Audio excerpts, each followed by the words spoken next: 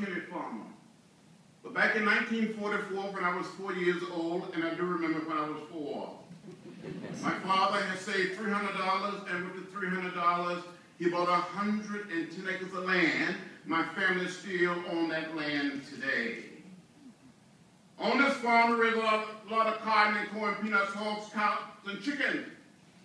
I wish I had the time to tell you the chicken story. It was my responsibility to care for the chickens, and I fell in love with raising chickens like no one else could raise chickens. As a little boy, I wanted to be a minister. I wanted to preach. So from time to time, with the help of my brothers and sisters and my cousins, we would get all of our chickens together in the chicken yard. And my brothers and sisters and cousins were lying outside of the chicken yard, but they helped make up the audience, the congregation. And I would start speaking or preaching. And when I look back on it, some of these chickens would bow their heads, some of these chickens would shake their heads. They never quite said amen. But I'm convinced that some of those chickens that I preached to in the 40s and the 50s tended to listen to me much better than some of my colleagues listen to me today in the Congress. As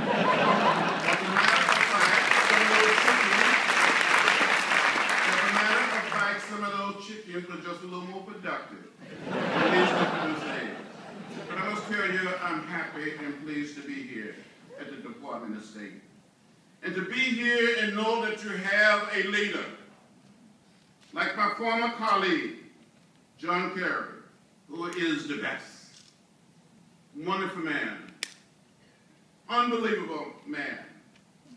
I want to thank each and every one of you here for working hard, serving the country, looking out for the people of our country and for people around the world to bring peace to a troubled world.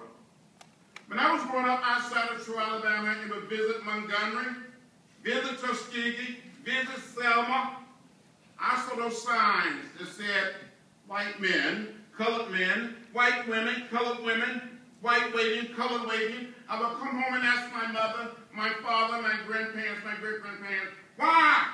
That's the way it is. Don't get in the way, don't get in trouble. But one day I heard about Rosa Parks. And I met Rosa Parks in 1957 when I was 17. I heard about Martin Luther King Jr., and I met Dr. Martin Luther King Jr. the next year in 1958 when I was 18 years old.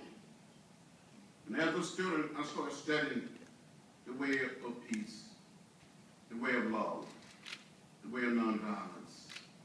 Studying about Gandhi, reading about what he attempted to do in South Africa, what he accomplished in India.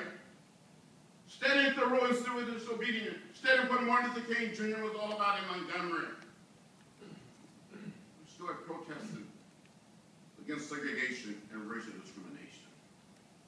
We brought down those signs that said white only, colored only. And those signs are gone and they will not return.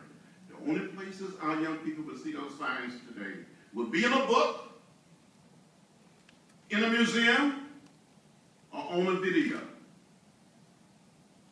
I tell young people and people not so young today that I fought too long and too hard against discrimination based on race and color, not to be against discrimination based on sexual orientation.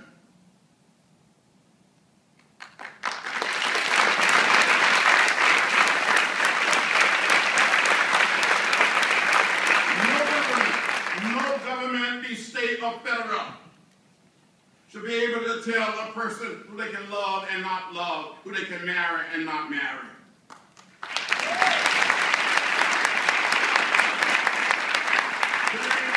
Here in our country, especially during the late 50s and early 60s, when people would ask Martin Luther King Jr. about interracial marriage, Dr. King would reply and say, racists don't fall in love and get married. Individuals fall in love and get married. So if two guys, two women want to fall in love and get married, it's their business. It is better to love than to hate. But hate is too heavy a burden to bear. I think the day will come, and it will come very soon in America, When we will look back on this period and laugh at ourselves, I said, really? Did we really believe that? Did we really live that way? We said, oh, that was so silly. Is it possible for us to come to that point in America and around the world where we can just live together as brothers and sisters, as one people, as one family? You know, during the 60s, I got arrested a few times, 40 times. Left bloody, unconscious. Had a concussion on that bridge in Selma. But I didn't give up. And I said to the members of this community, you must never, ever give up. You must never, ever give in or give out. You must keep the faith, hang in there, and never get lost in a sea of despair.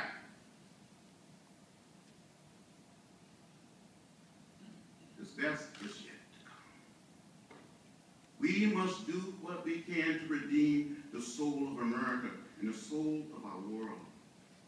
Is it possible for us all to learn to live together on this little piece of real estate, this little spaceship that we call Earth, as one people, as one family, as one house, not just the American house, but the world house?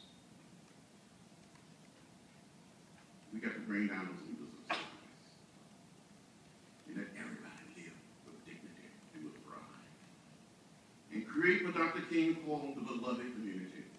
But we respect the dignity and the worth of every human being. It doesn't matter whether you're black or white, Latino, Asian American, or Native American, whether you're straight or gay. We're one people, one family, one house. Thank you very much.